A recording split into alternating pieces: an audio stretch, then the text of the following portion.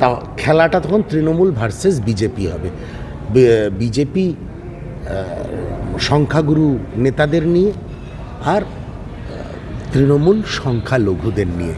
এই অবধি থাকলে তাহলে কংগ্রেস যারা ধর্মনিরপেক্ষ তারা আর মাথা তুলে দাঁড়াতে পারবে না।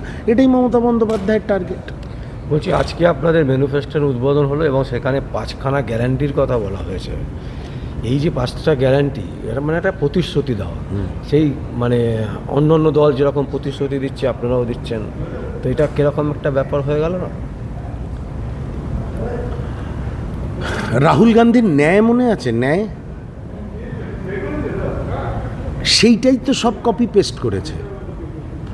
কংগ্রেসের এই প্রতিশ্রুতি তো কংগ্রেসের কাছে নতুন কিছু নয়, এটা তো কংগ্রেসের আইডিওলজি, কংগ্রেসের কর্মসূচি।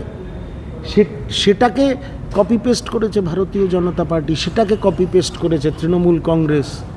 এটা নতুন তো কিছু কোনো ব্যাপার নেই। তা সেই জন্যে আমরা প্রতিশ্রুতি দিই, প্রতিশ্রুতি রাখি। বাংলার মানুষ প্রতিশ্রুতি, কংগ্রেসের দেওয়া প্রতিশ্রুতিকে বিশ্বাস করে। সেই জন্য আপনি নিশ্চিন্তে থাকুন, আজকে যে ম্যানিফেস্টো রিলিজ হয়েছে বাংলার মানুষ সেটাকে সাদরে গ্রহণ করবে। আপনি মানিকতলাতে কীরকম আশা করছেন? খুব ভালো ফল আশা করছি, খুব ভালো ফল। পুরো দস্তুর প্রচার শুরু হবে, আজকে নমিনেশন কমপ্লিট হলো, পুরো দস্তুর প্রচার শুরু হবে কাল পরশু থেকে। বলছে এই যে 294টা সিটে মানে প্রার্থী দিলেন আপনারা, এটা কি মানে কোন জায়গা থেকে ভাবলেন যে এই জিনিসটা করা দরকার আছে কংগ্রেসের? 20 বছর বাদ আপনারা কংগ্রেস করে সেটাই যেটা কর্মীরা চায়। অঞ্চল স্তর থেকে রাজ্য স্তর অবধি কর্মীরা এবং নেতৃত্ব বারবার চেয়েছে এবার যে একবার লড়াই করে দেখি।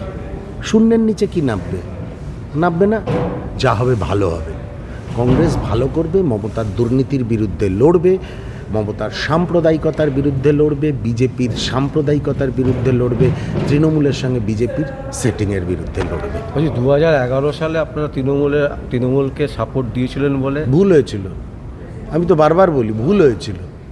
যারা সিদ্ধান্ত নিয়েছিলেন ভুল নিয়েছিলেন, কারণ মমতা বন্দ্যোপাধ্যায় কারোর নয়, নিজের পরিবারেরও নয়। মমতা বন্দ্যোপাধ্যায় নিজের, যেদিন মনে হয়েছে কংগ্রেসকে আর প্রয়োজন নেই, কংগ্রেসের কেন্দ্রীয় সরকার থেকে বেরিয়ে এসছে আর কংগ্রেসের মন্ত্রীরা এখানে বাধ্য হয়েছে ইস্তফা দিতে।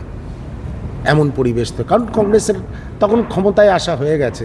সোনিয়া গান্ধীর কাঁধে পা রেখে, সোনিয়া গান্ধীর পয়সায় কংগ্রেস দলের দেওয়া অনুদানে হেলিকপ্টার চড়ে তখন সরকার এসে গেছে। সেই জন্য এই মমতা বন্দ্যোপাধ্যায়কে আর বিশ্বাস নয়, আর যারা বিশ্বাস করেছিলেন ভুল করেছে। ছোট